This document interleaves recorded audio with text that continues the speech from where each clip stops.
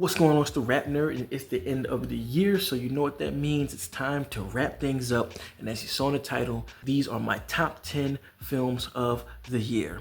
So before I get started, I gotta make this disclaimer. If a film that you love is not on this list or in the order that you think it should be, this is by no means a slight to you and your taste. Gotta say that because people on YouTube will go crazy. These films are a combination of what gave me a great experience, what I enjoyed, mixed with what I believe to be is a good quality. And the last thing before I start with number 10, I have reviewed all of these films. There is a playlist right now that you can click. That's all of my 2024 movie reviews. If you would like an in-depth feel for what I thought about the film itself, I'll put the link below. So at number 10 is Oddity. This is a great traditional style horror film that delivered in all the way possible. Horror has been on a hell of a run this year, and the word scariest film has been thrown out there a lot. And I think depending on what you're into, it affects what you look at that as, but I can definitely say Oddity is the traditional scary horror film that you think of when you ask someone, is this movie scary or not? It has a perfect atmosphere, it's shot well, it has enough jump scares and enough real scares and tension matched to really provide a very scary time. It's a simple story that we have seen before, but it's a creative spin on it, and the director made it his own, and I really enjoy being able to take something that we've seen, and it's all about the perspective and execution, and Oddity does it perfectly. So at number 10, I have Oddity. At number 9 is M. Night Shyamalan's latest movie, Trap.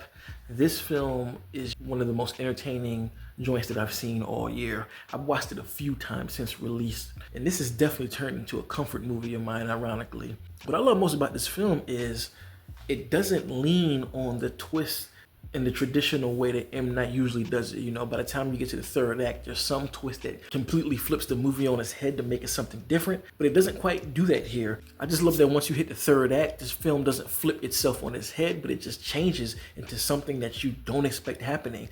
The whole third act is hidden in the trailer, and you really wouldn't expect it to go the way it goes.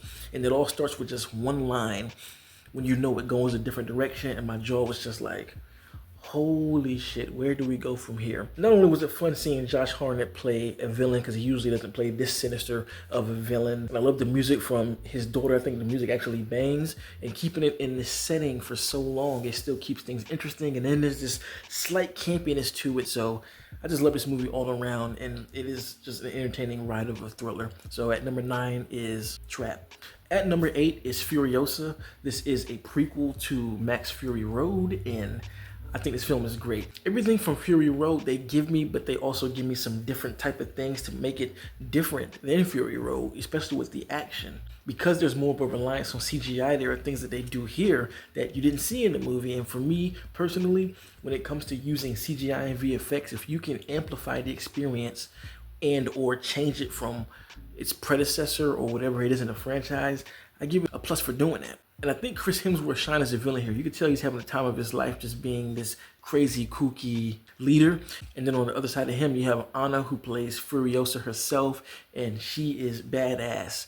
Very expressive with just her facial expressions, because she doesn't talk much, but you can see and feel everything just from the way she looks. I love visuals, and this movie is a visual feast. One of the best things about the film. You can stop the movie at almost any point and get you a gorgeous frame. And the action kicks ass as well. So at number 8 is Furiosa. And at number 7 is Dev Patel's Monkey Man, his directorial debut, and boy, he knocked this shit out the park. This is easily the best pure action joint of the year. Fist to cuff, foot to face, knee to stomach, whatever type of metaphor you need, this film provides that. And then what amplifies it even more is that cultural significance of what is going on, because it is a political film that's under here, but it's done in a way that if you aren't aware or even peeping game, it doesn't take away from the movie. But when you do learn about it, it makes it that much better. The choreography in this film is stunning. The camera work is so unique to these type of movies because it gives us that one take as well as kind of shaky and close camera, but it finds a way to make it not annoying like it's been in the past. It actually adds to the rawness and the grittiness of the action, and there are just so many unique things done. And that third act is just it's easily some of the best choreography that I've seen this year. So at number 7 is Monkey Man. At number 6 is Late Night with the Devil, and this film is so damn unique. It manages to be a found footage style movie, but it also can be looked at as not. This film is in a space of its own because I've never seen a horror film do this ever. I think the lead actor, his first name is David, but I'm not even gonna try to pronounce his last name, but he shined brightly here and proved that he can be a leading man in his own film. For so many years, he was always kind of the side character in film. Hell, he was even in Dune as a side character, but here, boy, does he do a lot of heavy lifting as this TV anchor who has to play it in multiple ways. And if you've seen the movie, you know exactly what I mean. But a lot of way the film is shot, it's in that 4:3 aspect ratio to make it feel like you're watching TV from back then. And they also shoot it in a way that makes it feel like it's ripped straight from there. It has some mockumentary moments in it. It's just an all-around great and unique film because it throws so many things in a pot and it all works. This is now a Halloween staple for me, and I adored what I saw. So at number 6 is Late Night with the Devil. Okay, so at the next 2 spots, which is 5 and 4, I'm going to pair both of these movies together because it feels like one big film to me, and that is Rebel Moon Chapter 1, The Chalice of Blood, and Rebel Moon Chapter 2, The Curse of Forgiveness. Now, these are the director's cuts of the films released on Netflix, and after watching those films, man, I really don't know why Netflix didn't lead with these. I feel like a lot of people are not going to see these because they only saw the part 1 and 2, which are the PG-13 cuts that are each about 2 hours a piece, which honestly, I think those are okay films. I think they're decent and I had fun with them, but they are nothing compared to these director's cuts. The director's cuts have everything that Zach was campaigning about when he was talking about it being weird and super violent, with reminiscent of RoboCop with the way it handles its violence, and also Heavy Metal, which he referenced a lot. Like, those director's cuts embody exactly what he's talking about, and I loved every single moment of the director cuts. Now, they are long. The first one is 3 hours and 20 minutes, and the second one is 2 hours and 50 minutes, but for me personally, it is extremely entertaining, the amount of world building that's in each film. And honestly, I got more hype for these properties when I saw those director's cuts because I see the vision of what he's going for. And based on what Netflix said, I guess I can't knock them. They said that both sets of films were huge successes and there are plans for part 3 or chapter 3. So that being said, if you haven't seen the director's cuts, I would definitely say watch them. As somebody who always wanted something like this, I'm so happy to have hardcore R-rated type sci-fi films. These give me exactly what I want because I always felt like if we have movies with laser beams and laser swords, there would be definitely consequences to what's going on, and it definitely happens here. So I absolutely love these. So at the 5 and 4 spot are the director's cuts of each Rebel Moon film.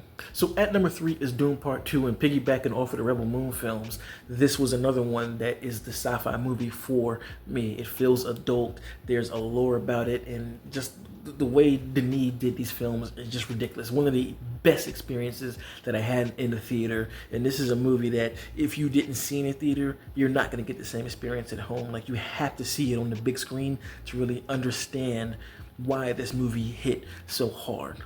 I think this film is masterfully done, and there isn't a thing that I would change. I think that Denis really flexed his muscles as a director here, being able to set everything up in part 1, and I think I even heard him say that part 2 is when he gets to do all of the fun stuff, and boy, does he do it.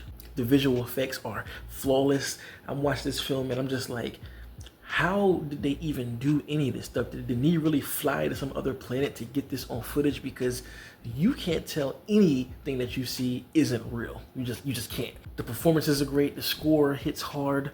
The action is top notch. And overall, for me personally, this is the greatest space opera ever made, and I love this movie. So at number 3 is Dune Part 2. So at number 2 is Nosferatu. Yes, the film just released, and you may say I have recent bias, but I do not care. This movie is incredible. Jesus, this is what horror can be on a blockbuster level. The real star of this film is Robert Eggers, because this thing is directed and written impeccably. Every single movement, every frame, every bit of dialogue is so well thought out that this feels like you're reading a gothic novel with pictures included because of how beautiful the visuals are, how fleshed out the characters in the story are. It just all works for me. And the thing about this movie, especially being in the genre of horror, it terrified me in a child state in certain scenes that made my skin crawl. I got goosebumps. I was in the theater clutching myself because of what they were able to do. Bill Skarsgård transforms into Count Orlok. This is no surprise because he completely disappears into his characters, but here he tapped into something sinister that I'd argue was up there with his Pennywise, and someone even put it over. But just fantastic work. Lily Depp happened to do so many different things in this film because of the way that they depict a vampire story. This film is just incredible and I love it. Oh my God, I've thought about it since I saw it and I cannot wait to watch it again. So at number 2 is Nosferatu. So my number 1 film for 2024 is none other than Longlegs. This film is still stuck with me to this day, and this film has stuck with me like no other horror movie ever has. You know, most horror films for me either disturb me and they stay with me, or they just scare me, but I can leave them alone because it just scared me within context of watching the film. Longlegs managed to hit a happy medium between both. Not only did it disturb me and stick with me after seeing it, but it scared the shit out of me within the movie and outside. And there are only a handful of films that have put that type of fear in me. Off top, one is The Exorcist and the other is The Exorcist of Emily Rose. This film is beautifully shot.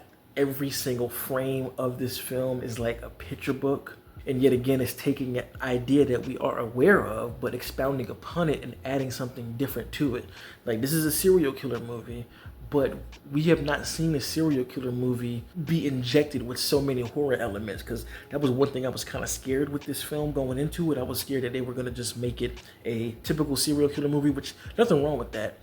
But I thought like all of the paranormal type things that are happening was just in character's head and wasn't real, but it ends up not being the case, because when that third act reveals itself, it makes everything that I just saw that much more terrifying, and also a spin on what we already know. And Nicolas Cage as Longlegs is nightmare fuel. Even now, I cannot look at him in that makeup and not feel weirded out, and it gives me goosebumps just looking at his facial features and just the small details and intricacies of the prosthetics that just kind of warp his face to look something unworldly, but it's also still recognizable, and that just gets under my skin. And then you add to how he's talking and the singing and all this weird shit. It's just, ugh. And Micah playing the FBI agent, she is a scream queen, and this movie solidifies that yet again because of so many things she has to do. She has to be investigative, but she also has to show a sense of terror that she's trying to hold back. She just did an incredible job. It's another one that I cannot wait to watch again because of the experience that I got in a theater. Like the opening of this film, I'll never forget it. You can hear a pin drop in that theater. And then when it cuts to the shot of Longlegs dipping down and it just has the title card, you could hear the ominous low talk, like people looking around like, oh shit, we are in for something. So an incredible movie, one of the best of the decade, period. So that's my top 10 films of the year. Let me know in the comments what are your top 10. And again, no disrespect to anybody if your film is not on here or in a different place. I love movies, man. 2024 has been an excellent year overall.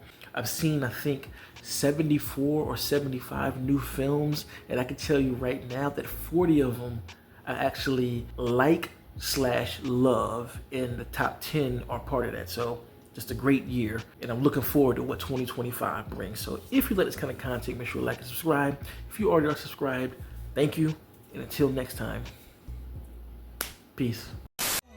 RapNerd Productions, no capping, that's word to mommy. Instead of banking on it, now rapping is just a hobby.